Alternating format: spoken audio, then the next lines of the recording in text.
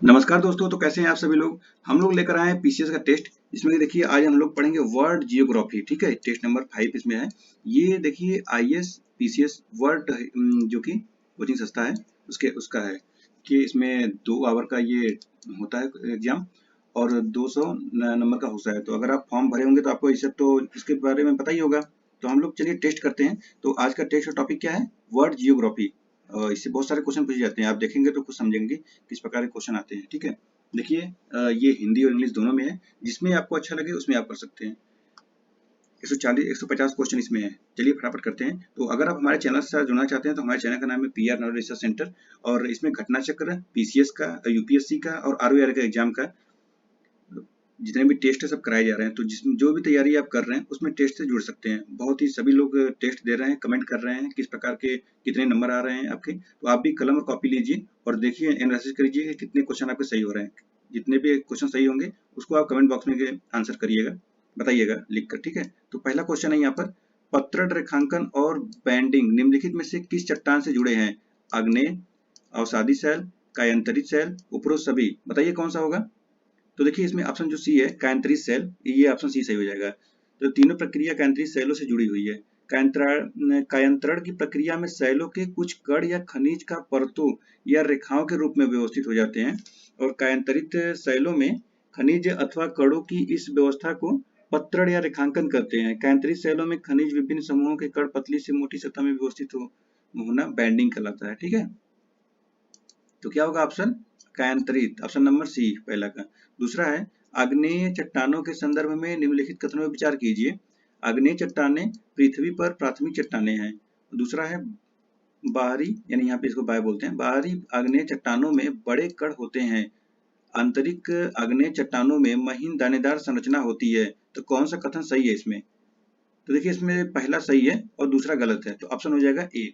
ठीक है, तो बाहरी अग्नि चट्टाने में एक महीन दानेदार संरचना होती है क्योंकि ये पिघले हुए लावा के रूप में बनते हैं जो तेजी से ठंडा हो जाते हैं, और जबकि आंतरिक आग्नेय चट्टाने में बड़े कण होते हैं जो कि मैग्मा के धीरे धीरे ठंडा होने पर बनते हैं। ठीक है, तो इसलिए पहला जो दूसरा जो कथन है ये हो जाएगा गलत। नेक्स्ट तीसरा नंबर क्वेश्चन, सूर्य के आरंभिक वायुमंडल में कौन सी गैसों की अधिकता पाई गई है? कार्बन डाइऑक्साइड और हाइड्रोजन, नाइट्रोजन और कार्बन डाइऑक्साइड, हाइड्रोजन और हीलियम, हाइड्रोजन और नाइट्रोजन। बताइए कौन सा कथन इसमें सही होगा। तो देखिए इसमें हाइड्रोजन और हीलियम सही हो जाएगा। ठीक है, तो एक सुपरनोवा के विस्फोट के बाद लगभग 5 अरब साल पहले सूर्य और उसके ग्रहों का गठन हुआ, जो एक बड़ा तारा है जो फटने से पहले हाइड्रोजन और हीलियम से शुरू होने वाले भारी तत्वों को उत्पन्न करता है। और शुरुआत में सूर्य एक विशाल गर्मा गर्म गेंद थी जो मुख्य रूप से हाइड्रोजन और हीलियम से बनी हुई थी। ठीक है, तो ऑप्शन नंबर क्या हो जाएगा? सी। क्वेश्चन नंबर 4 है, एक उल्का पिंड एक पुच्छल तारा जिसकी चमकीली गैसीय पूंछ है।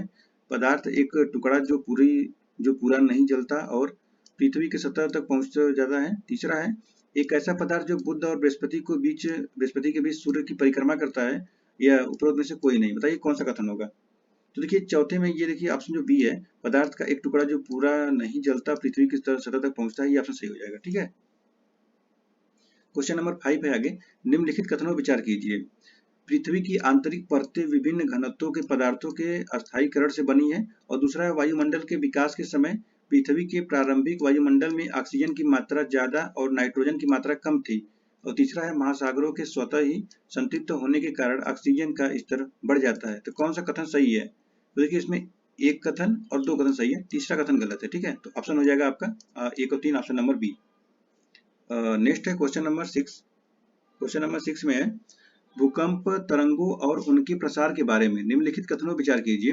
पी तरंग ध्वनि तरंग की जैसी होती है और केवल ठोस पदार्थ के माध्यम से गुजर सकती है। और दूसरा है, पी तरंगों से कंपन की दिशा तरंगों की दिशा या संचरण की दिशा के ऊर्ध्वाधर ही होती है। और तीसरा है, अभिकेंद्र से 105 और 145 के बीच का क्षेत्र पी और एस दोनों तरंगों का क्षेत्र छाया क्षेत्र है। तो बताइए इस कथन में कौन सा कथन सही होगा तीनों में से? बताइए, एक और दो, तीन, दो या कोई नहीं? तो ऑप्शन बी हो जाएगा, केवल 3 कथन सही है इसमें। ठीक है, तो देखिए पी तरंगे ध्वनि तरंगों की जैसी होती हैं और गैसीय तरल और ठोस सामग्री के माध्यम से गुजर सकती हैं। ठीक है, केवल ठोस नहीं। इसलिए पहला गलत है और दूसरा भी गलत है, तीसरा सही है केवल। क्वेश्चन नंबर आगे है 7। निम्नलिखित कथनों पर विचार कीजिए। परिणाम पैमाने को मर्कैली स्केल के रूप में जाना जाता है और इसकी संख्या 1 से 12 में व्यक्त की जाती है। और दूसरा है तीव्रता पैमाने को रिक्टर स्केल के रूप में जाना जाता है और इसको 1 से 10 की सीमा में व्यक्त किया जाता है। कौन सा कथन सही होगा? बताइए कौन सा कथन सही होगा? तो दोनों के दोनों कथन सही हो जाएगा, ऑप्शन नंबर सी हो जाएगा। नेक्स्ट क्वेश्चन है, निम्नलिखित में से कौन सा कथन पृथ्वी की आंतरिक संरचना के संदर्भ में सही है? महासागरों में भूपर्पटी की मोटाई महाद्वीपों की तुलना में अधिक होती है और इसका निर्माण 3 ग्राम प्रति घन सेंटीमीटर घनत्व वाली भारी चट्टानों से होता है। और दूसरा है भूपर्पटी तथा मैंटल का ऊपरी भाग मिलकर दुर्बलता मंडल कहलाते हैं। और तीसरा है बाहरी क्रोड तरल अवस्था में है जबकि आंतरिक क्रोड ठोस अवस्था में है। और चौथा है भूपर्पटी तथा मैंटल का निचला भाग मिलकर स्थल मंडल कहलाते हैं। तो बताइए कौन सा कथन सही होगा? देखिए इस जो ऑप्शन नंबर सी है ये कथन सही है। बाहरी क्रोड तरल अवस्था में है जबकि आंतरिक क्रोड ठोस अवस्था में है। ठीक है। क्वेश्चन नंबर अब आगे आता है 9। इसमें से कौन सा सुमेलित है? निकिल व लोहे क्रोड और सिलिका व निकेल भूप्रपटी, महासागरी भूप्रपटी बेसाल्ट चट्टान, अति भंगुर भाग ये भूप्रपटी। बताइए कौन सा सही इसमें है? तो इसमें जो ऑप्शन बी है ये सही है, सिलिका व निकेल भूप्रपटी है। ठीक है। मेंटल सिलिका एल्यूमिनियम होता है, मेंटल सिलिका।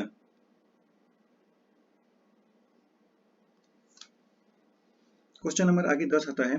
निम्नलिखित में कथनों में से कौन सी ज्वालामुखी के संदर्भ में सत्य है?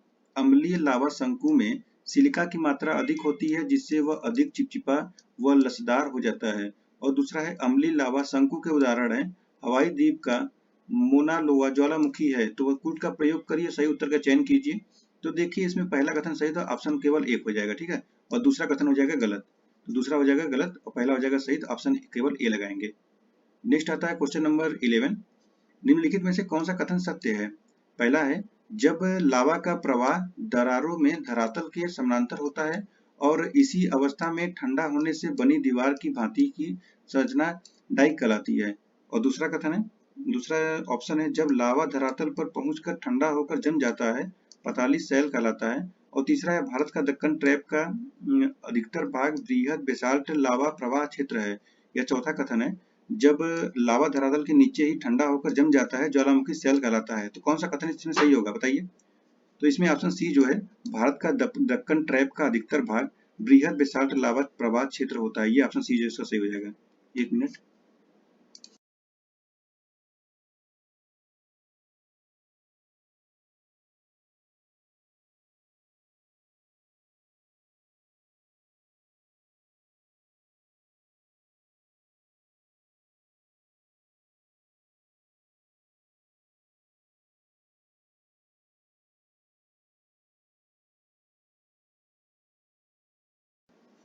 ओके, क्वेश्चन नंबर 12 आता है। महाद्वीपीय विस्थापन सिद्धांत जो अल्फ्रेड वेगेनर द्वारा प्रस्तावित किया गया था किस बल पर निर्भर करता है? सूर्य के चारों ओर पृथ्वी की परिक्रमा, गुरुत्वाकर्षण, चंद्रमा का ज्वारीय बल, पृथ्वी का निर्माण, सूर्य का ज्वारीय बल।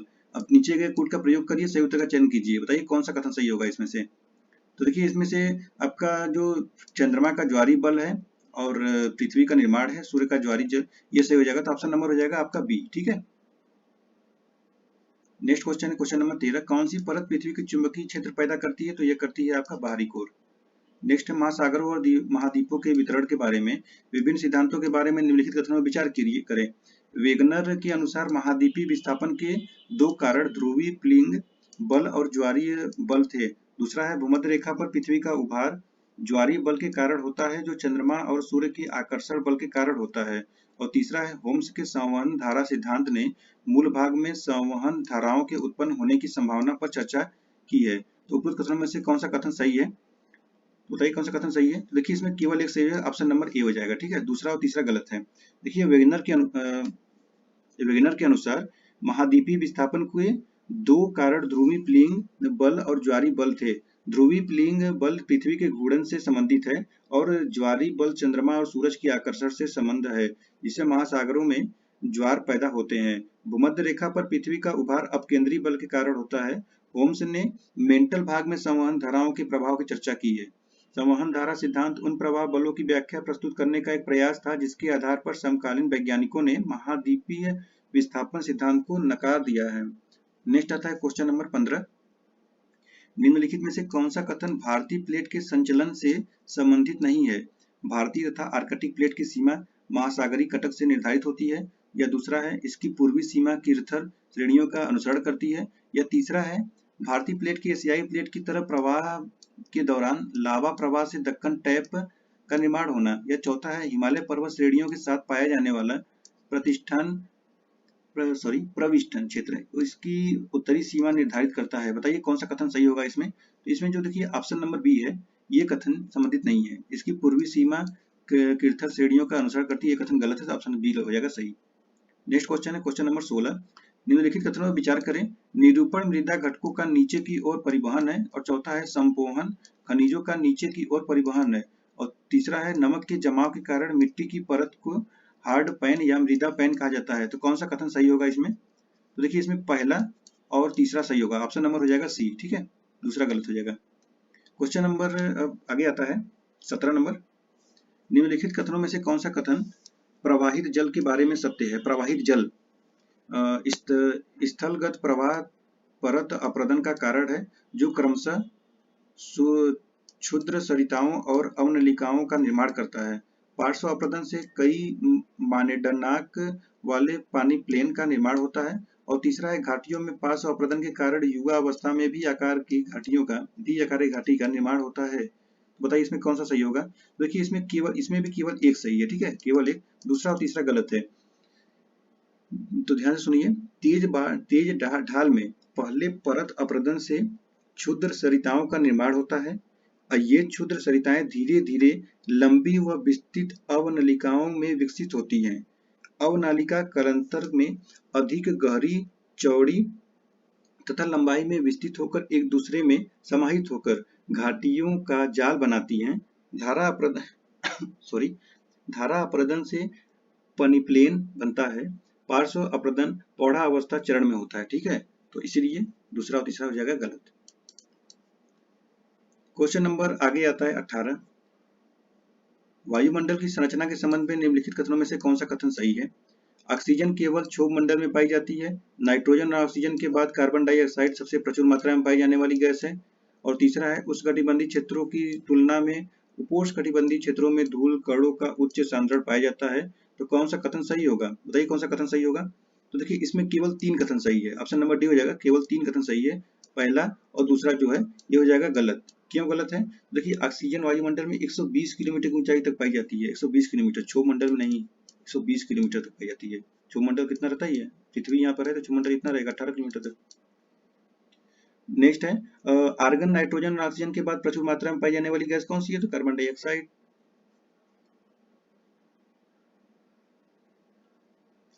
आर्गन और ऑक्सीजन, न कि नाइट्रोजन। आर्गन नाइट्रोजन और ऑक्सीजन के बाद है, तो नाइट्रोजन और ऑक्सीजन के बाद नहीं।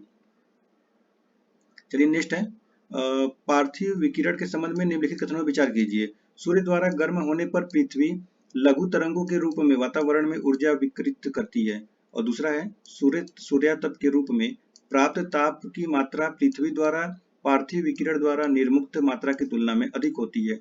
बताइए कौन सा कथन सही है? इसमें दोनों के दोनों कथन गलत है। क्यों गलत है? तो पृथ्वी गर्म होने के बाद विकिरणकारी पिंड बन जाती है तथा यह ऊर्जा को दीर्घ तरंगों के रूप में वातावरण में वितरित करती है और इस तरह अपना तापमान बनाए रखती है। ठीक है, तो इसलिए दोनों कथन हो जाएगा गलत। क्वेश्चन नंबर अब आगे आता है 20। उपसौर की स्थिति पूछ रहा है। उपसौर की स्थिति चंद्रमा की जब वो अपने परिक्रमण के दौरान पृथ्वी के निकटतम होता है, या पृथ्वी की जब वो अपने परिक्रमण के दौरान सूर्य के निकटतम होती है, या तीसरा चंद्रमा की जब वो अपने परिक्रमण के दौरान पृथ्वी से अधिकतम दूर होता है, या चौथा पृथ्वी की जब वो अपने परिक्रमण के दौरान सूर्य से अधिकतम दूर होती है। कौन सा कथन सही होगा? तो ये होगा ऑप्शन बी, पृथ्वी का जब वह अपने परिक्रमण के दौरान सूर्य के निकटतम होती है।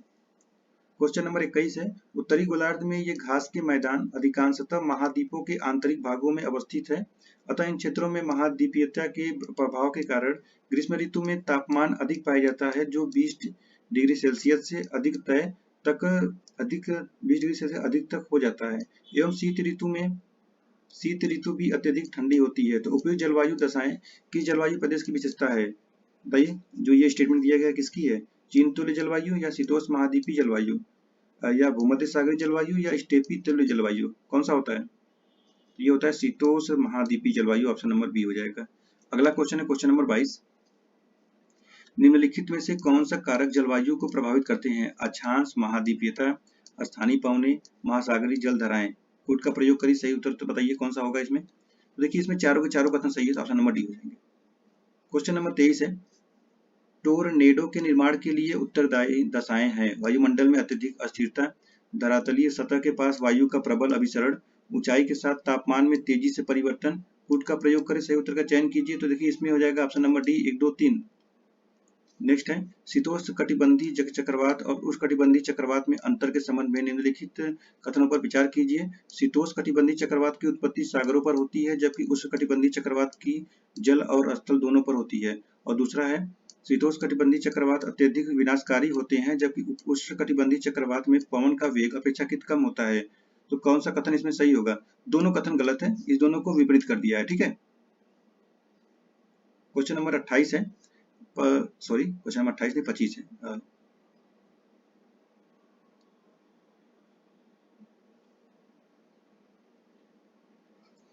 पच्चीस है, पश्चात मेघ के संदर्भ में निम्नलिखित कथनों पर विचार कीजिए। इनका निर्माण 6000 से 12000 मीटर की ऊंचाई पर होता है। और दूसरा है, ये गोलाकार रूप पंक्तियों या लहरों में पाए जाते हैं। उपयुक्त कथन में से कौन सा कथन सही होगा? तो देखिए इसमें केवल एक कथन सही है, तो हो जाएगा ऑप्शन नंबर ए। ठीक है, ये गोलाकार पंक्तियों में पाए जाते हैं, ये कथन गलत है। अभी क्वेश्चन नंबर हम लोग 23 देते हैं, 23 सही किया है।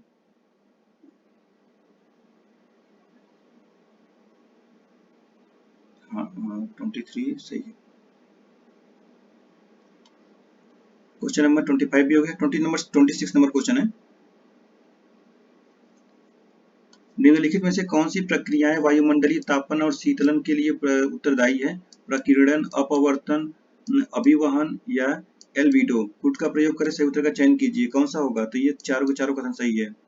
नेक्स्ट है 27 नंबर क्वेश्चन, कभी कभी सुर्खियों में रहने वाला ग्रेट रेड स्पॉट निम्नलिखित में से किससे संबंधित है? ग्रेट रेड स्पॉट बताइए। बृहस्पति ग्रह से संबंधित है। क्वेश्चन नंबर 28 है, बिग बैंग की परिकल्पना के संदर्भ में निम्नलिखित कथनों में से विचार कीजिए। इस परिकल्पना के तहत ब्रह्मांड का विस्तार आज भी जारी है। और दूसरा है, इस परिकल्पना के अनुसार ब्रह्मांड की उत्पत्ति जिन पदार्थों से हुई है उनका आयतन अत्यधिक सूक्ष्म एवं तापमान तथा घनत्व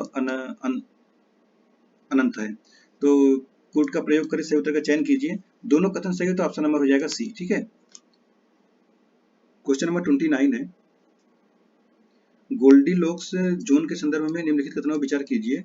यह प्रत्येक ग्रह के अंदर एक निवास योग्य क्षेत्र होता है। और दूसरा, यह न तो अत्यधिक गर्म होता है और न ही अत्यधिक ठंडा होता है। कौन सा कथन सही है? तो ये केवल दो कथन सही है। ठीक है, पहला कथन गलत है। गोल्डीलॉक्स जोन तारों के आसपास एक निवासी योग्य क्षेत्र है। ठीक है, निवास योग्य क्षेत्र है।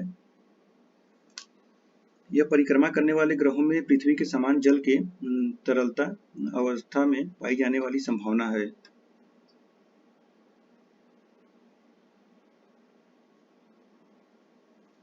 तो देखिए यहाँ जो ग्रह लिखा है यहाँ पे तारा होगा, ग्रह के अंदर एक निवासी योग्य है, तो ये गलत है। जोन तारों के आसपास निवासी योग्य क्षेत्र है, तो पहला गलत और दूसरा सही, ऑप्शन नंबर बी हो जाएगा। क्वेश्चन नंबर 30 है, निम्नलिखित कथनों पर विचार कीजिए। यह पृथ्वी सूर्य की परिक्रमा न करती तो सर्वत्र दिन रात बराबर होते। और दूसरा है, यदि पृथ्वी अपनी दूरी पर झुकी न होती तो एक गोलार्ध में दिन सदा ही बड़े रातें छोटी रहती, जबकि दूसरे गोलार्ध में रातें बड़ी और दिन छोटी रहती। बताइए कथन सही है कि नहीं? देखिए दोनों के दोनों कथन हो जाएंगे गलत। क्यों गलत हो जाएंगे? तो पृथ्वी को अपनी धुरी पर पश्चिम से पूर्व की दिशा में घूमने को पृथ्वी का घूर्णन या परिभ्रमण कहते हैं। इसके कारण दिन व रात होते हैं, अतः इस गति को दैनिक गति भी कहते हैं। एक समय पर पृथ्वी का केवल एक ही भाग सूर्य की किरणें के सम्मुख होता है और वहां दिन का अनुभव होता है। दूसरा भाग जो सूर्य की किरणों से दूर होता है वहां पर रात का अनुभव होता है। यदि पृथ्वी अपनी धुरी पर झुकी न होती तो सर्वत्र दिन रात बराबर होते। इसी प्रकार यदि पृथ्वी से परिक्रमा न करती तो एक गोलार्ध में दिन सदा ही बड़े रातें छोटी रहती, जबकि दूसरे गोलार्ध में रातें बड़ी और दिन छोटे होते। ठीक है, दोनों को स्टेटमेंट क्या किया है कि ये दोनों को स्टेटमेंट उलट उलट दिया है। यहाँ पे रातें बड़ी और दिन छोटे होते हैं। दिन छोटे होते हैं, 1 मिनट इसको देखते हैं। यदि पृथ्वी पर अपनी धुरी पर झुकी ना होती तो एक गोलार्ध में दिन सदा ही बड़े, रातें छोटी रहती। तो यदि पृथ्वी पर धुरी पर झुकी ना होती तो सर्वत्र दिन रात बराबर होते। इसी प्रकार यदि पृथ्वी सूर्य की परिक्रमा ना करती तो एक गोलार्ध दिन सदा बड़े होते और रातें छोटी रहती। देखिए दोनों कथन गलत है। अगर इसको आप कंफ्यूजन होगा तो कमेंट करिएगा, तो इसको फिर सही किया जाएगा। क्वेश्चन नंबर 31 है, निम्नलिखित में से कौन सी आपदाओं को प्राकृतिक आपदा के रूप में वर्गीकृत किया जा सकता है? हिमस्खलन, चक्रवात और कीट संक्रमण। कूट का प्रयोग करें, सही उत्तर का चयन कीजिए, बताइए। तीनों हो जाएगा तो ऑप्शन नंबर डी हो जाएगा। वायुमंडलीय आपदाएं क्या होती है? चक्रवात, बवंडर, ओलावृष्टि, हिम, झंझावात, सूखा। और भौमिक आपदाएं क्या होती हैं? तो ये भूकंप, ज्वालामुखी, भूस्खलन, हिमस्खलन, अवलतन और मृदा अपरदन होती है। और जैविक आपदाएं क्या होती है? तो ये कीट संक्रमण होती है। ठीक है, उसके बाद आता है 32 नंबर क्वेश्चन। जापान में मत्स्य व्यवसाय के संदर्भ में निम्नलिखित कथनों पर विचार कीजिए। जापान द्वीपों का देश है जहाँ कटी-फटी तटरेखा पर बंदरगाह अवस्थित है। और दूसरा है, जापान में बड़ी संख्या में नदियों में मछली पकड़ी जाती है। तीसरा है, जापान में केवल 16% कृषि योग्य भूमि है और भोजन की कमी रहती है। तो कौन सा कथन सही है इसमें है? तो देखिए इसमें कथन 1 और 3 सही है, दूसरा कथन गलत है। जापान में बड़ी संख्या में नदियों में मछली पकड़ी जाती है, कथन गलत है। क्वेश्चन नंबर 33 है, निम्नलिखित में से कौन प्रशांत महासागर की धाराएं हैं? ओखोटस्क धारा, क्यूराइल धारा, फ्लोरिडा धारा, नार्वे की धारा। बताइए कौन सा होगा? तो देखिए ये ओखोटक है, क्यूराइल है, फ्लोरिडा नार्वे नहीं है। तो ऑप्शन हो जाएगा केवल 1 और 2 हो जाएगा। ठीक है, तो प्रशांत महासागर में निम्नलिखित धाराएं हैं, जैसे कि उत्तरी भूमध्य रेखी धारा, दक्षिणी भूमध्य रेखी धारा, विपरीत भूमध्य रेखी धारा, क्यूरोसिया गर्म धारा, क्यूराइल ठंडी धारा, अबुल शाह धारा, सोमाली धारा, कैलिफोर्निया धारा ठंडी धारा और हम्बोल्ट ठंडी धारा। ठीक है, इतना होता है। नेक्स्ट है, निम्नलिखित कथनों पर विचार कीजिए। काली मृदा वर्षा वाली फसलों को शुष्क ऋतु के दौरान पोषित करने में सहायक होती है। काली मृदा में स्व जुताई की विशेषता पाई जाती है। कौन सा कथन सही होगा, बताइए। दोनों के दोनों कथन सही, तो ऑप्शन नंबर हो जाएगा सी। क्वेश्चन नंबर 35 में क्या कर रहा है? निम्नलिखित कथनों पर विचार कीजिए। कोरियोलिस बल विषुवत रेखा पर अधिकतम होता है और दूसरा है, ध्रुवों पर कोरियोलिस बल न्यूनतम या शून्य होता है। कौन सा कथन सही नहीं है? देखिए सही नहीं पूछा है, कौन सा कथन? तो दोनों कथन सही नहीं है। कोरियोलिस बल उत्तरी गोलार्ध में पवन की दिशा को अपनी मूल दिशा से दाहिनी ओर तथा दक्षिणी गोलार्ध में बाईं ओर विक्षेपित करता है। मतलब ऐसे करता है, इधर जाता है और उत्तर में इधर जाता है। ठीक है, यह ध्रुवों पर अधिकतम होता है, विषुवत वृत्त पर अनुपस्थित होता है। अब नेक्स्ट आता है क्वेश्चन 36 नंबर क्वेश्चन। महाद्वीपीय शेल्फ के संदर्भ में निम्नलिखित कथनों पर विचार कीजिए। महाद्वीपीय शेल्फ मूल्यवान संसाधनों से समृद्ध होता है और दूसरा है, महाद्वीपीय शेल्फ पर समुद्री जीव नहीं पाए जाते हैं। कौन सा कथन सही है, बताइए कौन सा कथन सही है? तो इसमें केवल ए से हो जाएगा, केवल एक। ठीक है, समुद्री जीव पाए जाते होंगे। क्वेश्चन नंबर 37 है, मृदा निर्माण प्रक्रिया को नियंत्रित करने वाले कारकों में निम्नलिखित में से कौन सा कथन सुमेलित है? स्थलाकृति, महासागरीय धाराएं, जलवायु, सूर्य का प्रकाश, समय। कौन सा कथन सही होगा? तो इसमें देखिए जो ऑप्शन नंबर डी है, 1 2 3 5 सही है, 4 नंबर हटा दीजिए, सूर्य का प्रकाश।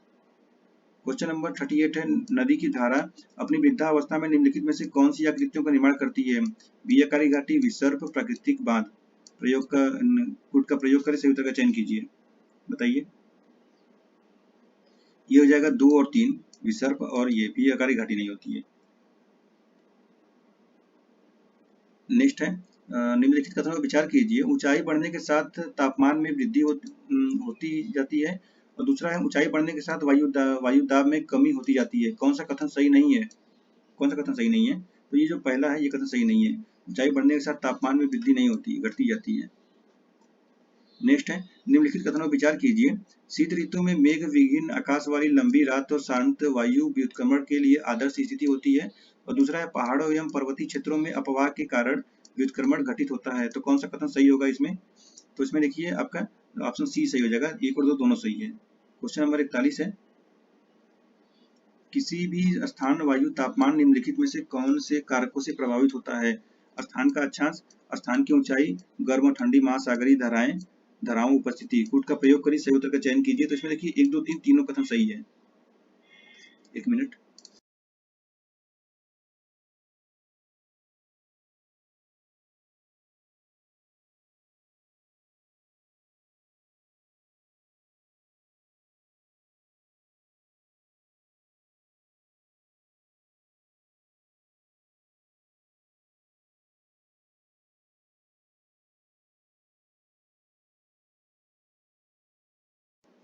क्वेश्चन नंबर 42 है, निम्नलिखित में से कौन सा युग्म सम्मिलित है? एल्बिडो, पृथ्वी से सौर विकिरण की प्रतिबिंबित मात्रा का प्रतिशत। दूसरा है तापमान में वृद्धि, ऊंचाई में वृद्धि के साथ तापमान में गिरावट। और तीसरा है पार्थिव विकिरण, ग्रीन हाउस गैसों द्वारा अवशोषित लंबी तरल विकिरण। बताइए कौन सा कथन सही है इसमें? तो देखिए इसमें 1 और 3 सही है। 1 और 3, दूसरा गलत है। तापमान में वृद्धि, ऊंचाई वृद्धि के साथ तापमान में गिरावट आती है, कथन गलत है। नेक्स्ट है 43 नंबर क्वेश्चन, निम्नलिखित कथनों में से कौन सा सुमेलित नहीं है? आइसोबार समान दबाव वाले स्थानों को मिलाने वाली रेखाएं हैं।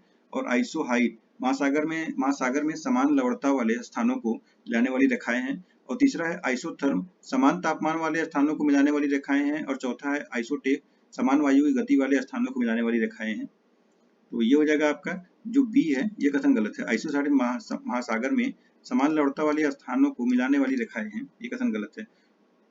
क्योंकि वर्षा की समान मात्रा वाले बिंदुओं को मानचित्र पर जोड़ने वाली रेखाएं आइसोहाइट कहलाती हैं, ठीक है, न कि ये।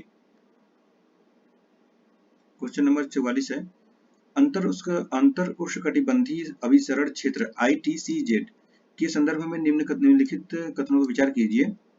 यह भूमध्य रेखा पर स्थित एक उच्च दाब क्षेत्र है। और दूसरा है ग्रीष्म ऋतु में ITCZ का ऊपर की ओर स्थानांतरण दक्षिण पश्चिम मानसून के आरंभ का कारण बनता है। और तीसरा है उत्तर पूर्वी मानसून का आरंभ होना ITCZ के स्थानांतरण से स्वतंत्र है। तो कौन सा कथन सही इसमें होगा बताइए? तो इसमें देखिए केवल 2 कथन सही होता है, ऑप्शन नंबर बी हो जाएगा। केवल 2 कथन सही है, पहला और दूसरा गलत है, पहला और तीसरा। क्वेश्चन नंबर 45 है, निम्नलिखित में से कौन सा बल पवन की गति और दिशा को प्रभावित करते हैं? द्रव प्रवणता बल, घर्षण बल, कोरियोलिस बल। कूट का प्रयोग करिए, सही उत्तर का चयन कीजिए। देखिए तीनों कथन सही है, तो ऑप्शन नंबर हो जाएगा डी।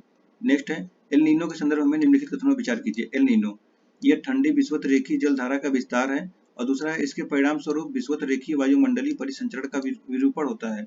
और तीसरा है इसके परिणाम स्वरूप सागरीय जल के वाष्पीकरण में अनियमितता उत्पन्न होती है। तो कौन सा कथन इसमें सही होगा बताइए? कौन सा कथन सही होगा? तो देखिए इसमें 2 और 3 सही है, तो ऑप्शन नंबर बी हो जाएगा। पहला कथन गलत है, यह ठंडी विषुवत रेखीय जलधारा का विस्तार है, यह कथन गलत है।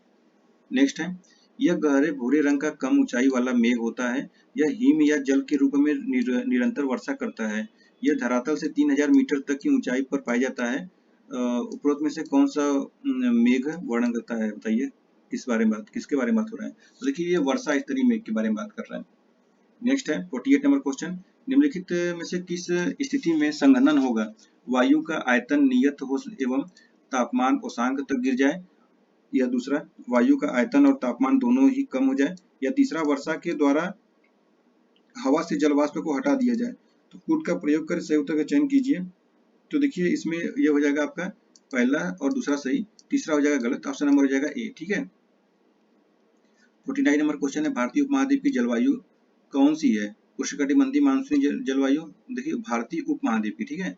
उष्णकटिबंधीय आर्द्र जलवायु कौन सी है इसमें बताइए? तो ये पहला ही है, उष्णकटिबंधीय मानसूनी जलवायु। नेक्स्ट 50 नंबर क्वेश्चन, मानव भूगोल से संबंधित निम्नलिखित कथनों पर विचार कीजिए। ध्यान से पढ़िए, सही उत्तर का चुनाव करें।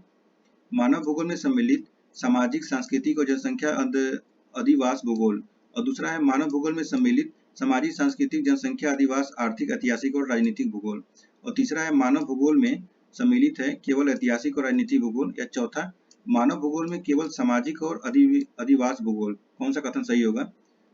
तो सही उत्तर है आपका बी, मानव भूगोल में सम्मिलित है सामाजिक, सांस्कृतिक, जनसंख्या अधिवास, आर्थिक, ऐतिहासिक और राजनीतिक भूगोल। क्वेश्चन नंबर 51 है, वृक्षाकार अपवाह तंत्र के संदर्भ में निम्नलिखित कथनों पर विचार कीजिए। जब नदियां पर्वत से निकलकर सभी दिशाओं में प्रभावित होती हैं तो इसे वृक्षाकार अपवाह तंत्र कहते हैं।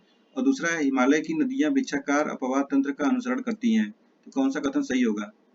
तो देखिए इसमें जो है पहला कथन गलत है और दूसरा कथन सही है। नदियां पर्वत से निकलकर सभी दिशाओं में प्रवाहित होती हैं तो इसे वृक्षाकार प्रवाह कहते हैं, कथन गलत है। क्वेश्चन नंबर अब आगे आता है 52। निम्नलिखित कथनों पर विचार कीजिए। भ्रंशोत्थ पर्वत का निर्माण तब होता है जब दो विवर्तनिक प्लेटें विपरीत दिशा में गतिशील होती हैं। और दूसरा है ब्लैक फॉरेस्ट और वासजेस भ्रंशोत्थ पर्वत के उदाहरण हैं। कौन सा कथन सही होगा इसमें? देखिए इसमें दोनों कथन सही, तो ऑप्शन नंबर सी हो जाएगा। क्वेश्चन नंबर 53 है। जब आप हिमालय की यात्रा करते हैं तो आप निम्नलिखित देखेंगे: गहरे गार्ड, यू टर्न नदी मार्ग, समानांतर पर्वत श्रृंखला, खड़ी ढाल और भूस्खलन। तो उपरोक्त में से हिमालय के युवा पर्वत होने का साक्ष्य कहे जाते हैं, किसको कहे जाएंगे? तो गहरे गार्ज को भी कहे जाते हैं, यू टर्न, समानांतर और खड़ी ढाल सभी हो जाएंगे, तो ऑप्शन नंबर डी हो जाएगा। ठीक है। क्वेश्चन नंबर 54 है। किस कारण से भिन्न भिन्न मौसम में दिन और रात के समय में की अवधि में भिन्नताएं होती हैं? तो पृथ्वी का अपनी धुरी पर घूमना, पृथ्वी द्वारा वृत्ताकार कक्षा में सूर्य की परिक्रमा, स्थानों की अक्षांशीय स्थिति, पृथ्वी की झुकी हुई धुरी पर परिक्रमा। कौन सा सही होगा इसमें? तो ऑप्शन डी है, पृथ्वी की झुकी हुई धुरी पर परिक्रमा। क्वेश्चन नंबर 55 है। तटीय क्षेत्रों की तुलना में महाद्वीपों के भीतरी इलाकों में वार्षिक तापमान अधिक होता है, क्या कारण है? जल और स्थल के बीच तापमान का अंतर, महाद्वीपों और महासागरों के बीच ऊंचाइयों में भिन्नता, आंतरिक क्षेत्रों में तेज हवाओं की उपस्थिति, चौथा है भीतरी इलाकों में तटों की तुलना में भारी बारिश। नीचे दिए गए उपयोग कोड का उपयोग करिए। कौन सा कथन सही होगा इसमें? तो देखिए इसमें केवल एक कथन सही है। ठीक है, 2, 3, 4 कथन हो जाएंगे गलत। क्यों गलत हो जाएंगे? तो ध्यान से सुनिए। महासागरों की तुलना में महाद्वीप तेजी से गर्म होते हैं और तेजी से ठंडे हो जाते हैं। यही कारण है कि महासागरों का तापमान मध्यम जबकि महाद्वीप का अधिक होता है। अतः महाद्वीपों और महासागरों के बीच ऊंचाई में भिन्नता, आंतरिक क्षेत्रों में तेज हवाओं की उपस्थिति और भीतरी इलाकों में तटों की तुलना में भारी बारिश की तापांतर में भूमिका नहीं होती है। ठीक है, तो इसलिए 3 गलत है, एक सही होगा। क्वेश्चन नंबर 56 है। निम्नलिखित में से कौन से द्वीप को 10 डिग्री चैनल द्वारा एक दूसरे से अलग किया जाता है? 10 डिग्री चैनल बताइए। अंडमान निकोबार को किया जाता है। क्वेश्चन नंबर 57 है। निम्नलिखित में से कौन सा जल डमरू मध्य अंतरराष्ट्रीय तट रेखा के सबसे नजदीक है? कौन है? बेरिंग स्टेट, बेरिंग सागर और जल संधि प्रशांत महासागर का सबसे उत्तरी भाग एशिया और उत्तरी अमेरिका के महाद्वीपों को अलग करता है। उत्तर बेरिंग सागर आर्कटिक महासागर से बेरिंग जल डमरू के मध्य से जुड़ता हुआ है। क्वेश्चन नंबर अब आगे है 58। एल नीनो और ला नीनो के संदर्भ में निम्नलिखित कथनों पर विचार कीजिए करें। एल नीनो ला नीनो से कैसे अलग है? ला नीना की विशेषता विषुवतीय हिंद महासागर में असामान्य रूप से ठंडा महासागरीय तापमान है, जबकि एल नीनो विषुवतीय प्रशांत महासागर में असामान्य रूप से गर्म महासागरीय तापमान को दर्शाता है। अल नीनो का भारत के दक्षिण पश्चिम मानसून पर प्रतिकूल प्रभाव है, लेकिन ला नीना का मानसून जलवायु पर कोई प्रभाव नहीं है। उपयुक्त कथन का प्रयोग करें, सही उत्तर का चयन कीजिए। बताइए कौन सा नहीं है? तो देखिए इसमें जो है दोनों के दोनों कथन हो जाएंगे गलत। क्यों गलत हो जाएंगे? तो एल नीनो प्रशांत महासागर के भूमध्यी क्षेत्र की उस समुद्री घटना का नाम है जो दक्षिण अमेरिका के पश्चिमी तट पर स्थित इक्वाडोर और पेरू देशों के तटीय समुद्री जल के कुछ सालों के अंतराल पर घटित होती है। ठीक है, दोनों को उल्टा कर दिया है, प्रशांत नहीं है। चलिए नेक्स्ट क्वेश्चन है। क्या कारण है कि पछुआ पौने उत्तरी गोलार्ध की तुलना में दक्षिणी गोलार्ध में अधिक मजबूत और अस्थायी है? उत्तरी गोलार्ध की तुलना में दक्षिणी गोलार्ध में कम भूभाग है। और दूसरा है उत्तरी गोलार्ध की तुलना में दक्षिणी गोलार्ध में कोरियोलिस बल अधिक होता है। कौन सा कथन सही होगा इसमें? बताइए। तो इसमें केवल एक कथन सही हो जाएगा। कोरियोलिस बल अगर लगना होगा तो उत्तरी में भी लगेगा, दक्षिण में भी लगेगा। कोरियोलिस ऐसे लगता है। ठीक है, इधर से बाएं, इधर से दाएं। पहला कथन सही, दूसरा कथन गलत। Question number 60। आयनोस्फीयर नामक पृथ्वी के वायुमंडल में एक परत पृथ्वी पर रेडियो संचार की सुविधा प्रदान करती है। इस संबंध में निम्नलिखित कथनों पर विचार कीजिए। ओजोन की उपस्थिति पृथ्वी पर रेडियो तरंगों के परावर्तन का कारण बनती है। और दूसरा है रेडियो तरंगों की तरंग दैर्ध्य बहुत अधिक होती है। कौन सा कथन सही होगा इसमें? बताइए। देखिए इसमें पहला कथन हो जाएगा गलत और दूसरा हो जाएगा सही। रेडियो तरंगों की तरह दैर्ध्य बहुत अधिक होती है, दूसरा तो ऑप्शन हो जाएगा केवल बी। Next question number 61। चलिए फटाफट करते हैं हम लोग इसको। सूक्ष्म सिंचाई के संदर्भ में निम्नलिखित में से कौन सा कथन सही है? उर्वरक पोषक तत्वों की कमी को कम किया जा सकता है। दूसरा है यह शुष्क भूमि की खेती में सिंचाई का एकमात्र साधन है। और तीसरा है खेती के कुछ क्षेत्रों में भूजल स्तर की गिरती दर को रोका जा सकता है। कौन सा कथन सही होगा बताइए। तो देखिए इसमें पहला सही है और दूसरा तीसरा सही है, दूसरा आ जाएगा गलत, 1 और 3 हो जाएगा, option number C. Question number 62 है, क्या कारण है कि यदि उष्णकटिबंधीय वर्षा वनों को हटा दिया जाता है तो यह उष्णकटिबंधीय पर्णपाती वनों की तुलना में तेजी से पुनः उत्पन्न नहीं होता। वर्षा वन की मिट्टी पोषक तत्वों की कमी, वर्षा वन में पेड़ों की प्रसार की खराब व्यवहारता, वर्षा वन की प्रजातियों धीमी गति से बढ़ रही है, या विदेशी प्रजातियां वर्षा वन की उपजाऊ मिट्टी पर आक्रमण करती है। बताइए कौन सही होगा। इसमें जो पहला है ये कथन हो जाएगा गलत, वर्षा वन मिट्टी की पोषक तत्वों की कमी कर रही है, बाकी सब सही है। क्वेश्चन नंबर अब नेक्स्ट है 63, नीचे दिए गए कथन महासागर संबंधित है। यह महासागर पृथ्वी के 1/3 भाग पर फैला है, अर्थात इसका क्षेत्रफल सभी महाद्वीपों के कुल क्षेत्रफल से भी बड़ा है। दूसरा है यह अन्य महासागरों की अपेक्षा अधिक गहरा है। तीसरा है इस महासागर के एक ओर एशिया और ऑस्ट्रेलिया महाद्वीप है तथा दूसरी ओर उत्तरी और दक्षिणी अमेरिका महाद्वीप है। तो कौन सा कथन होगा बताइए। कौन सा महासागर, प्रशांत, अटलांटिक, आर्कटिक या महासागर, हिंद महासागर। प्रशांत महासागर की बात हो रहा है, ऑप्शन नंबर ए हो जाएगा। यह खरीफ के अंतर्गत बोई जाने वाली एक ऐसी फसल है जो खाद्यान्न और चारा दोनों रूप में प्रयोग होती है। यह फसल 21 डिग्री से 27 डिग्री सेल्सियस तापमान में और पुरानी जलोढ़ मिट्टी पर अच्छी प्रकार से उगाई जाती है। कौन से फसल के बारे में बात कर रहा है, मक्का के बारे में बात कर रहा है, ऑप्शन नंबर डी हो जाएगा, मक्का। क्वेश्चन नंबर 65 है, चाय की कृषि के संबंध में निम्नलिखित कथनों में से कौन सा कथन सत्य है। चाय का पौधा उष्ण और उपोष्ण कटिबंधीय जलवायु में अच्छी तरह उगता है। चाय की फसल के लिए ह्यूमस और जीवाश्म की युक्त मृदा उपयुक्त होती है। और तीसरा है, चाय की कोमल पत्तियों के विकास में वर्ष भर समान रूप से होने वाली वर्षा की बौछारें सहायक होती हैं। बताइए कौन सा कथन सही होगा, 1, 2 या तीनों, या 1, 2। तो इस तीनों के तीनों कथन से ऑप्शन नंबर डी हो जाएगा। रबड़ की फसल के संदर्भ में निम्नलिखित कथनों में से कौन सा कथन असत्य है। देखिए यहाँ पर असत्य याद रखिएगा, ठीक है। यह एक भूमध्य रेखीय फसल है, इस फसल के लिए 50 सेंटीमीटर से कम वर्षा की आवश्यकता होती है। बताइए कौन सा कथन गलत है। देखिए दूसरा कथन गलत है तो दूसरा हो जाएगा सही, ठीक। ऑप्शन बी पूछा है, जो गलत पूछा है उसी को लगा देंगे हम लोग। नेक्स्ट क्वेश्चन है क्वेश्चन नंबर 67, निम्नलिखित में से कौन सा कथन बहुउद्देशीय परियोजनाओं के विषय में सत्य है। बहुउद्देशीय परियोजनाएं जल बहाव को नियंत्रित करके बाढ़ पर काबू पाती है। और दूसरा है, बहुउद्देशीय परियोजनाएं घरेलू और औद्योगिक उपयोग के लिए जलापूर्ति करती है। तीसरा है, बहुउद्देशीय परियोजनाओं के कारण भूमि निम्नीकरण समस्या बढ़ती है। कूट का प्रयोग कर सही उत्तर का चयन कीजिए। बताइए कौन सा कथन सही होगा।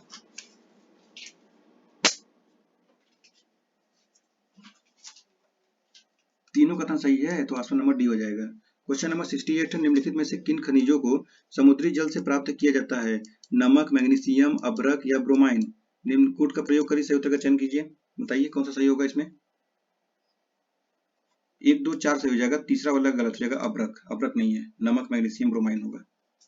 क्वेश्चन नंबर 69 है, प्रेयरी घास के मैदान के संदर्भ में दिए गए कथन पर विचार कीजिए। ये घास के मैदान पश्चिम से रॉकी पर्वत एवं पूर्व में ग्रेट लेक से घिरे हुए हैं। प्रेयरी घास का मैदान अमेरिका के मूल निवासी रेड इंडियन के निवास स्थल है। तीसरा है, अमेरिकी भैंस या बाइसन इस प्रदेश का सबसे महत्वपूर्ण पशु है। बताइए कौन सा कथन सही होगा इसमें। सभी सही है, ऑप्शन नंबर डी हो जाएगा। नेक्स्ट है, निम्नलिखित में से किन नदियों के अपवाह तंत्र का संबंध प्रेयरी घास के मैदान से है। मिसिसिपी नदी, सस्केचेवान नदी, हडसन नदी, सेंट लॉरेंस नदी। कौन सा होगा। तो मिसिसिपी और सस्केचेवान नदी है, तीसरा चौथा नहीं है, हो जाएगा ऑप्शन नंबर ए केवल एक, 1 और 2। नेक्स्ट है क्वेश्चन नंबर 71, निम्नलिखित कथनों पर विचार कीजिए। उच्चतर कुल साक्षरता दर्शाने वाले राज्यों में पुरुष और स्त्री साक्षरता के बीच कम अंतर पाया गया है। और दूसरा है, शैक्षिक उपलब्धियों के अतिरिक्त आर्थिक विकास भी मानव विकास सूचकांक पर सार्थक प्रभाव डालता है। तो कौन सा कथन सही होगा। दोनों के दोनों कथन सही हो तो ऑप्शन नंबर सी हो जाएगा। क्वेश्चन नंबर 72 है, मानव विकास के संबंध में निम्नलिखित कथनों पर विचार कीजिए। मानव विकास शिक्षा, स्वास्थ्य सेवाओं तथा सशक्तिकरण के अवसरों में वृद्धि की प्रक्रिया है। और दूसरा है, प्रगामी एडवांसिंग लोकतांत्रिकरण और बढ़ता लोक सशक्तिकरण मानव विकास की न्यूनतम दशाएं हैं। और तीसरा है, वर्तमान विकास सामाजिक अन्याय, प्रादेशिक असंतुलन और पर्यावरणीय निम्नीकरण के मुद्दों के साथ स्वयं को जोड़ नहीं पाया है। कौन सा कथन सही होगा बताइए, कौन सा कथन सही होगा 72 नंबर क्वेश्चन का। सभी कथन सही है तो ऑप्शन नंबर डी हो जाएगा। क्वेश्चन नंबर अब आता है 73। निम्नलिखित कथनों में विचार कीजिए। महासागरीय जल में गतिशीलता केवल बाहरी बल के प्रभाव से उत्पन्न होता है। और दूसरा है महासागरीय जल में क्षैतिज व ऊर्ध्वाधर दोनों प्रकार की गतियां होती हैं। कौन सा कथन सत्य होगा? बताइए कौन सा कथन सत्य होगा? केवल बी सही है और पहला गलत है। क्वेश्चन नंबर 74 है। महासागरीय जल धाराओं के संबंध में निम्नलिखित में से कौन सा कथन सत्य है? निम्न व मध्य अक्षांशीय क्षेत्रों में ठंडी जल धाराएं महाद्वीपों के पश्चिमी तटों पर बहती है। दूसरा है उत्तरी गोलार्ध में उच्च अक्षांशीय क्षेत्रों में ठंडी जल धाराएं महाद्वीपों के पूर्वी तटों पर बहती है। तीसरा है निम्न व मध्य अक्षांशीय क्षेत्रों में गर्म जल धाराएं महाद्वीपों के पूर्वी तट पर बहती है। तीनों के तीनों कथन सत्य, ऑप्शन नंबर डी हो जाएंगे। 75 नंबर क्वेश्चन है। निम्नलिखित कथनों में विचार कीजिए। उष्णकटिबंधीय क्षेत्रों में जैव विविधता ध्रुवीय क्षेत्रों से अधिक होती है। और दूसरा है उष्णकटिबंधीय क्षेत्रों से ध्रुवीय क्षेत्रों की ओर जाने पर जीवधारियों की संख्या घटती जाती है। कौन सा कथन सही होगा? दोनों के दोनों कथन सही है, ऑप्शन नंबर सी हो गया। चलिए आधा क्वेश्चन खत्म, आधा ये क्वेश्चन खत्म हो गया। 75 क्वेश्चन और है। मैंग्रोव वनस्पतियों के विकास के लिए निम्नलिखित में से कौन सा कारक आवश्यक है? लवणीय दलदल, ज्वारी संकरी खाड़ी, 200 सेंटीमीटर या उससे अधिक की औसत वार्षिक वर्षा और पंख मैदान। कौन सा होगा? सभी होगा, ऑप्शन डी हो जाएगा। तीसरा नहीं होगा, ठीक है, तीसरा नहीं होगा। यहाँ 3 उसको हटा दीजिए। सेंटीमीटर 300 सेंटीमीटर उससे अधिक वर्षा की वार्षिक वर्षा, ये गलत है। क्वेश्चन नंबर 77 है। निम्नलिखित में से कौन मृदा अपरदन के दुष्प्रभाव है? नदियों के जल प्रवाह क्षमता में कमी, नदी घाटियों के आसपास के क्षेत्रों में बाढ़ आना और मृदा की उर्वरता में कमी। कौन सा कथन इसमें सही है, दुष्प्रभाव करता है? बताइए। तीनों के तीनों सही हो जाएगा, ऑप्शन नंबर डी हो जाएगा। 1 2 3, ठीक है, मतलब बी हो जाएगा, यहाँ 4 लिखा है, डी हो जाएगा। क्वेश्चन नंबर 78 है। निम्नलिखित उष्णकटिबंधीय पर्णपाती वनों के संदर्भ में विचार कीजिए। इन वनों को मानसूनी वन भी कहा जाता है। और दूसरा है ये वन उन क्षेत्रों में पाए जाते हैं जहां वार्षिक वर्षा 70 सेंटीमीटर से कम होती है। ठीक है, बताइए कौन सा कथन इसमें सत्य बताना है। कौन सा कथन सत्य होगा? केवल एक है, केवल ये हो जाएगा तो ऑप्शन नंबर ए हो जाएगा। ठीक है, दूसरा कथन गलत है। 70 से 200 सेंटीमीटर होती चाहिए, न कि कम। 79 नंबर क्वेश्चन है। उष्णकटिबंधीय कांटेदार वनों के संबंध में कौन से कथन सत्य है? ये वन उन क्षेत्रों में पाए जाते हैं जहां वार्षिक वर्षा 50 सेंटीमीटर से कम होती है और इस प्रकार के वन देश के उत्तरी पश्चिमी भागों में पाए जाते हैं। और तीसरा है इन वनों के पौधे लगभग पूरे वर्ष पड़ रहित रहते हैं, पड़ रहित। बताइए कौन सा है? तो ऊपर सभी जगह ऑप्शन नंबर डी हो जाएगा। क्वेश्चन नंबर अब 80 है। हिमालयी पर्वतीय क्षेत्र में नीचे से ऊपर की ओर पाई जाने वाली वनस्पति की सही क्रम कौन सा है? इसमें से बताइए कौन सा सही क्रम है? पर्णपाती वन, आर्द्र शीतोष्ण कटिबंधीय वन, शीतोष्ण कटिबंधीय वन, लाइकेन। ऑप्शन नंबर ये सही हो जाएगा। क्वेश्चन नंबर है 81। निम्नलिखित कथनों में विचार कीजिए। शीत ऋतु में मेघ विहीन आकाश वाली लंबी रात और शांत वायु व्युत्क्रमण के लिए आदर्श स्थिति होती है। और दूसरा है पहाड़ों एवं पर्वतीय क्षेत्रों में अफवाह के कारण व्युत्क्रमण घटित होता है। कौन सा कथन सही नहीं है? कौन सा कथन सही नहीं है बताइए।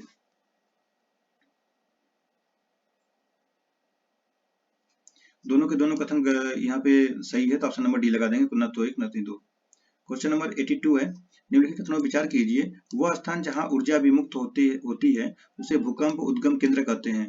और दूसरा है भूकंप उद्गम केंद्र पर भूकंपीय तरंगों का सबसे पहले अनुभव किया जाता है। कौन सा कथन सही होगा बताइए? कौन सा कथन सही होगा? तो इसमें देखिए पहला सही है और दूसरा गलत है, तो हो जाएगा केवल ए, केवल एक, मतलब ऑप्शन नंबर ए हो जाएगा। क्वेश्चन नंबर 83 है।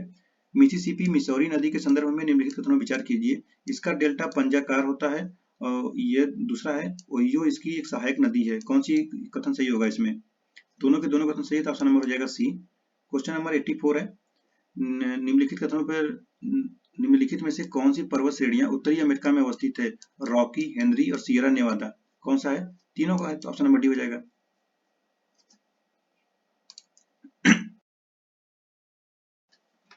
और उत्तरी अमेरिका में और भी कुछ नदियां हैं जैसे कि ब्रुक्स पर्वत श्रेणी है, अलास्का एवं एल्यूसियन श्रेणी है, पश्चिमी कार्डिलेरा है, रॉकी पर्वत है, वासाज पर्वत है, नदी नहीं पर्वत, और हेनरी पर्वत है, सियरा है।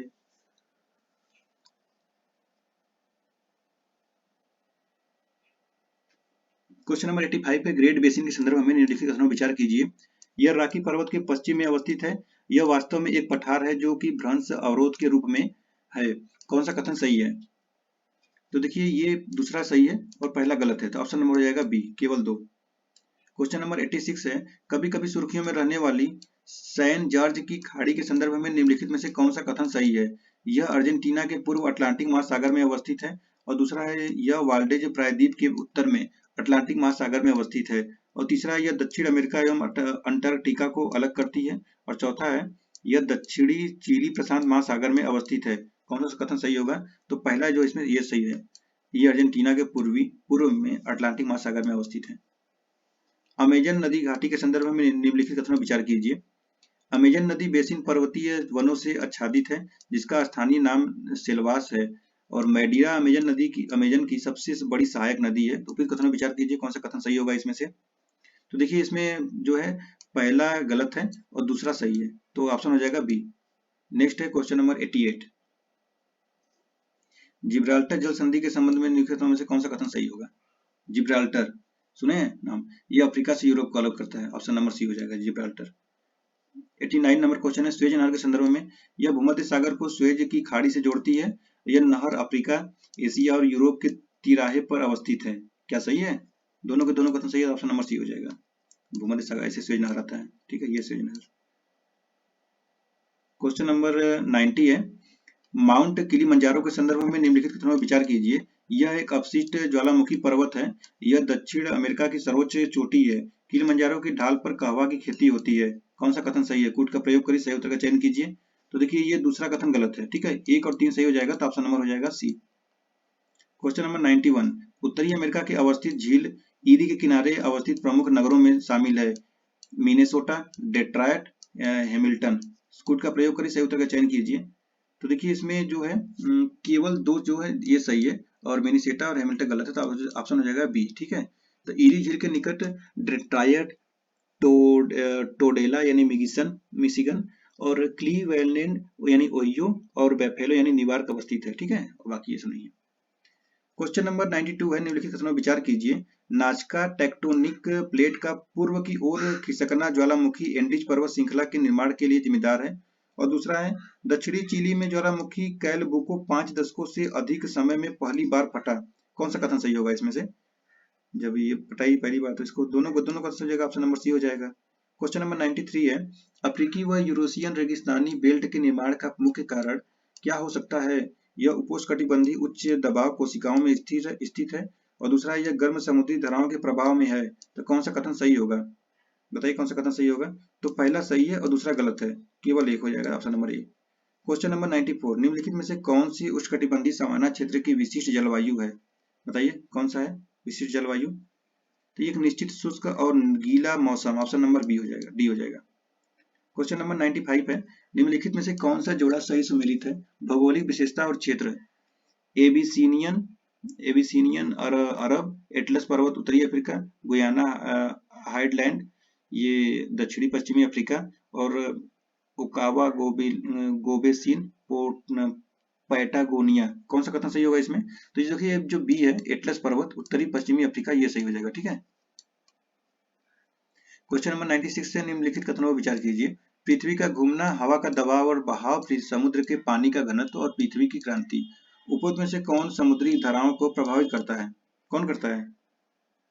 तो ये करता है आपका पृथ्वी का घूमना, हवा का दबाव, समुद्र के पानी का घनत्व, पृथ्वी की क्रांति नहीं करता है। ऑप्शन नंबर हो जाएगा बी।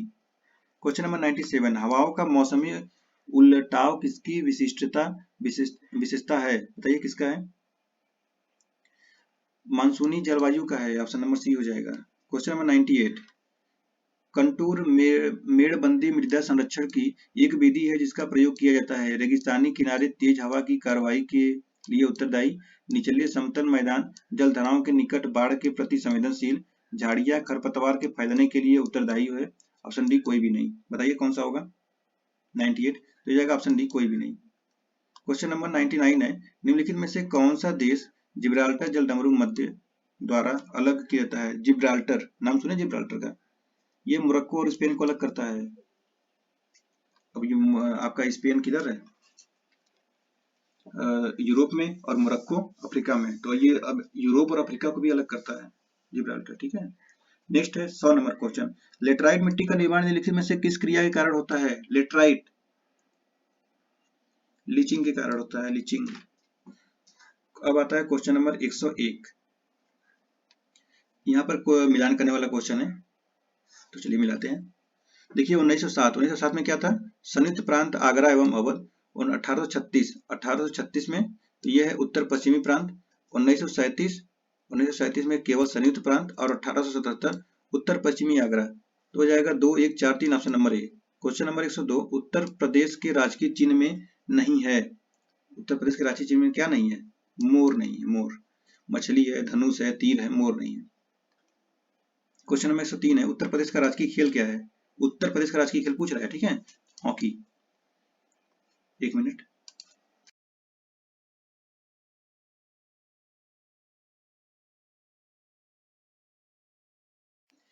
क्वेश्चन नंबर 104 है, उत्तर प्रदेश के किस स्थल से पूरा पाषाण काल के उपकरण अवशेष के साथ साथ लघु पाषाण काल के उपकरण भी प्राप्त हुए हैं। तो बेलन नदी घाटी, सोनभद्र की सिंगरौली घाटी, चंदौली चकिया, लोहंदा नाला। बताइए कौन सा है। तो ये एक लोहंदा नाला है, ठीक है। उत्तर प्रदेश में बेलन घाटी, सोनभद्र की सिंगरौली घाटी व चंदौली चकिया से पूरा पाषाण काल के अवशेष प्राप्त हुए हैं, जबकि लोहंदा नाला से पूरा पाषाण काल के साथ साथ लघु पाषाण काल के उपकरण भी प्राप्त हुए हैं, ठीक है। तो मिले तो सब में है, लेकिन पूरा पाषाण काल और पाषाण काल याद रखिए। क्वेश्चन नंबर 105, 1857 के महान विद्रोह के दौरान मौलवी अहमदुल्ला शाह ने उत्तर प्रदेश के किस स्थान का नेतृत्व किया था।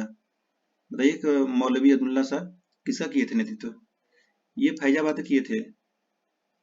नेक्स्ट है, निम्नलिखित में से उत्तर प्रदेश का कौन सा जिला सबसे अधिक राज्यों से स्पर्श करता है। बताइए कौन सा करता है।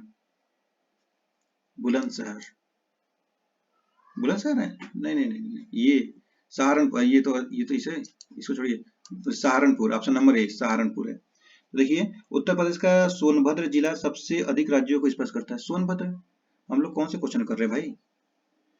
अच्छा इसमें लेकिन विकल्प में नहीं है ना, सोनभद्र सबसे जिला राज्य में स्पर्श करता है, लेकिन विकल्प इसमें तो है नहीं, तो सहारनपुर होगा इसमें, ठीक है। सहारनपुर 3 राज्यों को स्पर्श करता है।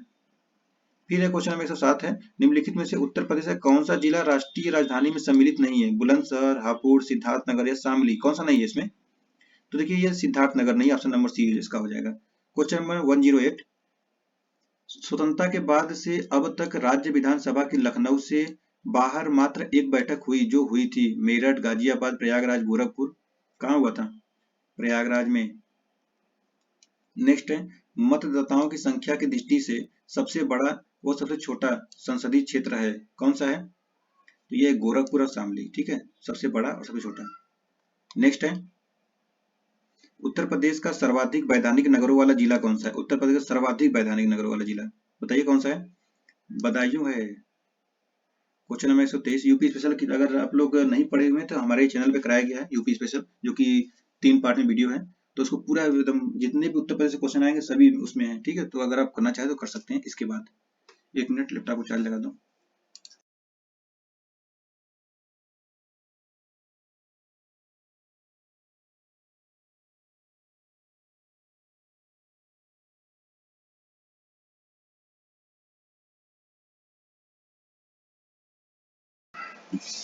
ठीक है, क्वेश्चन नंबर 111 है, निम्नलिखित कथनों पर विचार कीजिए। प्रदेश से सटे राज्यों की संख्या 9 है और उत्तर प्रदेश में वर्तमान में 75 जिले और 18 संभाग मंडल है, कौन सा कथन सत्य है। दोनों कथन सही है, तो ऑप्शन नंबर सी लगाएंगे। क्वेश्चन नंबर 112 है, निम्नलिखित कथनों पर विचार कीजिए।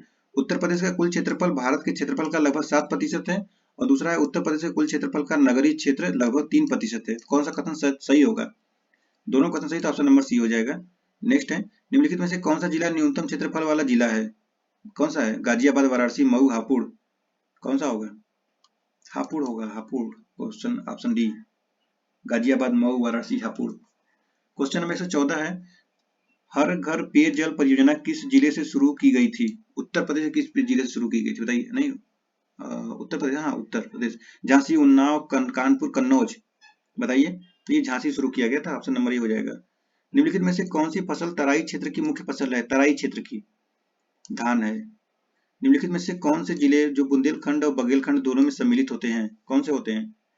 सोनभद्र होता है, सोनभद्र। उत्तर प्रदेश में मैदानी क्षेत्र का ढाल कैसा है। मैदानी क्षेत्र का ढाल यह उत्तर पश्चिम से दक्षिण पूर्व, ऑप्शन नंबर सी हो जाएगा। निम्नलिखित में से कौन सी जोड़ी सही है। भातखंडे संगीत स्थान लखनऊ और राज्य ललित कला अकादमी प्रयागराज, राष्ट्रीय कथक संस्थान लखनऊ। कौन सा कथन सही होगा?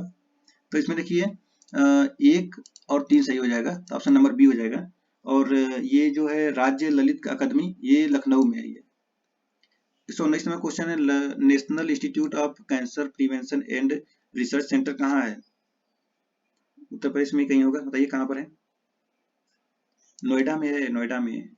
रेह या कल्लर मिट्टी किस प्रकार की मृदा को कहा जाता है? रेह या कल्लर, सुना है नाम?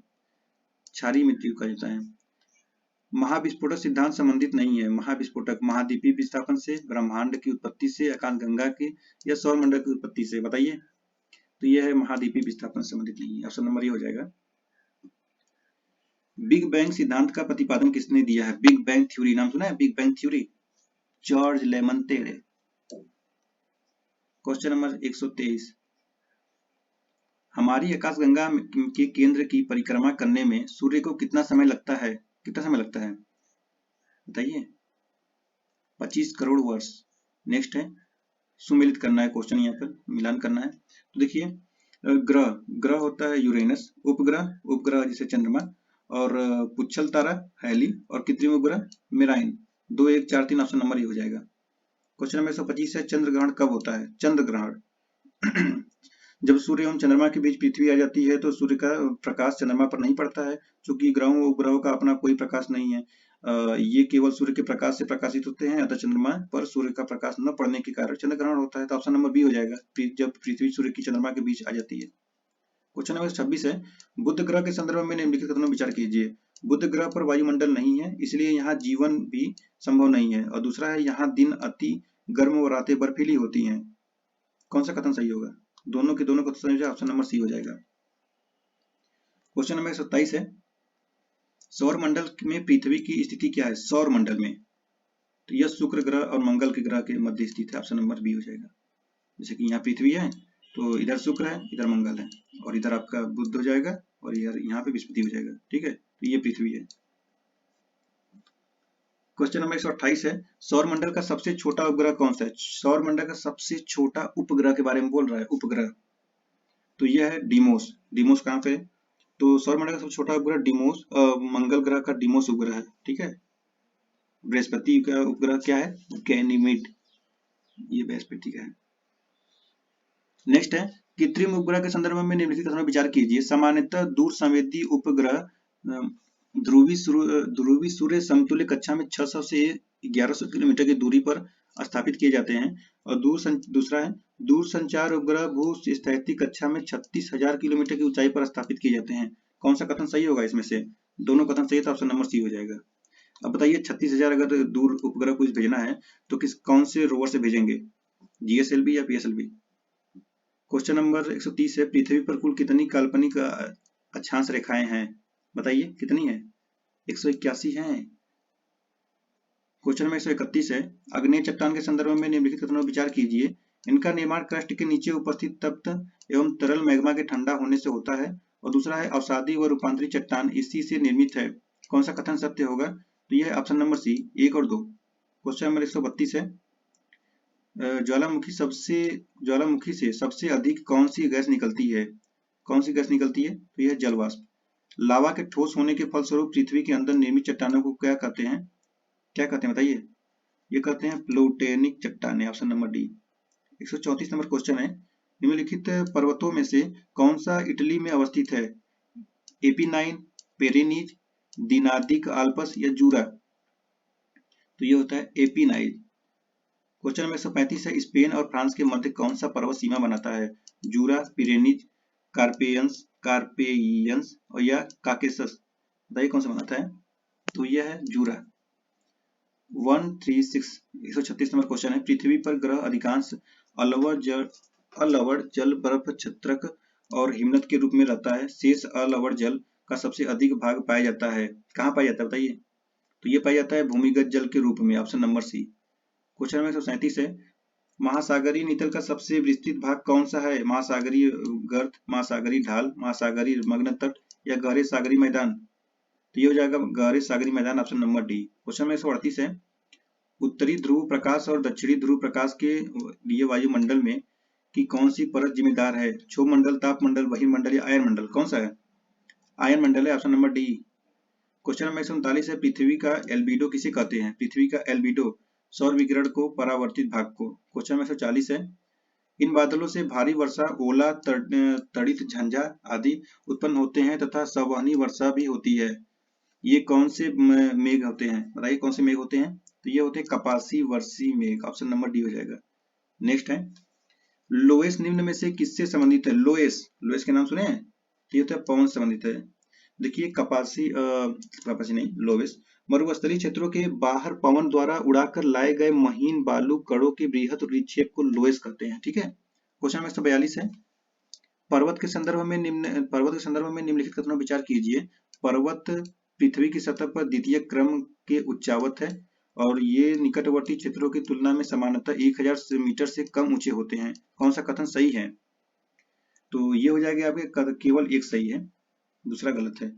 पर्वत पृथ्वी की सतह पर द्वितीय क्रम के उच्चावच हैं। ये वैसे ऊंचे स्थल भाग है जिनका पार्श्व ढाल, तीव्र व शिखर क्षेत्र संकुचित होता है।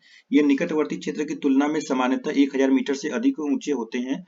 पर्वत के लघु रूप जिनकी ऊंचाई 1000 मीटर से कम होती है पहाड़ी कहलाते हैं। ठीक है, तो ये ऑप्शन जो बी है ये गलत हो जाएगा, मतलब दूसरा। क्वेश्चन नंबर 143 देखिए, निम्नलिखित में से कौन सी प्रशांत महासागर की ठंडी धारा है? प्रशांत महासागर, क्यूराइल धारा, ओखोटस्क धारा, पूर्वी ऑस्ट्रेलिया धारा या बेंगुएला धारा, कौन सा होगा? ये पहला है और दूसरा है, तो ऑप्शन नंबर हो जाएगा बी। ठीक है, तो क्यूराइल एवं ओखोटस्क धारा प्रशांत महासागर की ठंडी धारा है, और जबकि पूर्वी ऑस्ट्रेलिया धारा प्रशांत महासागर की गर्म धारा है, ये गर्म धारा है, और बेंगुएला धारा अटलांटिक महासागर की ठंडी धारा है। ठीक है, तो 1 और 2 सही हो जाएगा।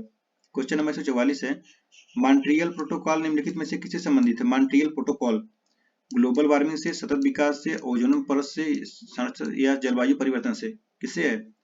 तो ये है आपका ओजोन परत से, ऑप्शन नंबर सी हो जाएगा। 16 सितंबर 1987 को कनाडा में मॉन्ट्रियल समझौता हुआ था। नेक्स्ट है, अरब के रेगिस्तान में चलने वाली गर्म व शुष्क हवा जिससे दृश्यता समाप्त हो जाती है, सिरोको, सामुन, सामल, सिमुम, किससे होते हैं? तो ये होते हैं सिमुम से। अरब के रेगिस्तान में चलने वाली गर्म व शुष्क जिससे रेत की आंधी आती है, दृश्यता समाप्त हो जाती है, वो हवा का नाम क्या है? सिमुम। क्वेश्चन नंबर 146 से निम्नलिखित कथनों पर विचार कीजिए। लताएं यानी लियाना व अधिपादप एपीफाइट इस बायोम की सर्वप्रमुख विशेषता है। इन वनों में मिलने वाले जीवों में हाथी, गैंडा, जंगली सुअर, शेर, घड़ियाल, बंदर व सांप की अनेक प्रजातियां पाई जाती हैं। ये विशेषताएं किस प्रकार की वन की हैं? बताइए। तो ये हैं आपके उष्णकटिबंधीय सदा रहित वन। क्वेश्चन नंबर 47 है, इकोलॉजिकल फुटप्रिंट। इकोलॉजिकल फुटप्रिंट की अवधारणा को किसने विकसित किया था? किसने किया था? विलियम रीस ने किया था। 148 नंबर क्वेश्चन है, जोहान्सबर्ग सम्मेलन निम्नलिखित में से किससे संबंधित है? जोहान्सबर्ग किससे संबंधित है? सतत विकास पर विशेष बल के लिए है, option number D. 149 number question है, अमृत क्रांति किससे संबंधित है? अमृत क्रांति नदियों को जोड़ने की योजना है, अमृत क्रांति, ऑप्शन नंबर सी हो जाएगा। सबसे लास्ट क्वेश्चन है, ऑस्ट्रेलिया का पर्थ नगर किस दिशा में अवस्थित है? बताइए। पर्थ जानते होंगे, ये है पश्चिम में। जैसे ऑस्ट्रेलिया, आपका ऑस्ट्रेलिया कैसे है? ऑस्ट्रेलिया का मैप ऐसे ऐसे करके ऐसे है ना ऑस्ट्रेलिया का मैप। अब जो भी हो ऐसे थोड़ा सा होता है। तो पर्थ आपका कहाँ पे है? पर्थ आपका यहाँ पर होता है। ठीक है, तो हो जाएगा पश्चिम में, ऑप्शन नंबर डी हो जाएगा। ठीक है, और अगर पश्चिम साउथ भी कहता है, अगर पश्चिम साउथ तो भी कहते हैं यहाँ पे, तो ऑप्शन नंबर डी हो गया। तो देखिए ऑस्ट्रेलिया का पर्थ नगर पश्चिम दिशा में स्थित है, जबकि सिडनी व कैनबेरा राजधानी जो उसकी है वो पूर्व दिशा में है यहाँ पर। तो चलिए 150 क्वेश्चन खत्म हुए हैं। अब और अगर आप हमारे चैनल पर नए हैं तो चैनल सब्सक्राइब कर लीजिए। आरओ का एग्जाम देना चाहते हैं तो उसका भी इस पे टेस्ट चला जा रहा है, उसको चल रहा है। और आज यूपीएससी का ही टेस्ट जो है 2 जो इस पे अपलोड किया गया है, एक भी नहीं देखा है, अगर देख लीजिए। बहुत लोग सम्मिलित हो रहे हैं, आप भी सम्मिलित होइए। और सबसे लास्ट में कहना ये चाहूंगा कि अपने स्कोर जरूर बताइए, कितना आपका क्वेश्चन सही हुआ है। ठीक है, कितना आंसर आप ईमानदारी सही दे पाए हैं। और जो क्वेश्चन इसमें अगर गलत होगा तो आप कमेंट करके बता सकते हैं, और हम लोग उसको डिस्क्रिप्शन बॉक्स में या कमेंट में उसको सही कर देंगे। सही लिख करके उसको लिख कर एक्सप्लेनेशन कर दिया जाएगा। चलिए हम लोग फिर मिलते हैं नेक्स्ट वीडियो में। आप सबका बहुत बहुत धन्यवाद।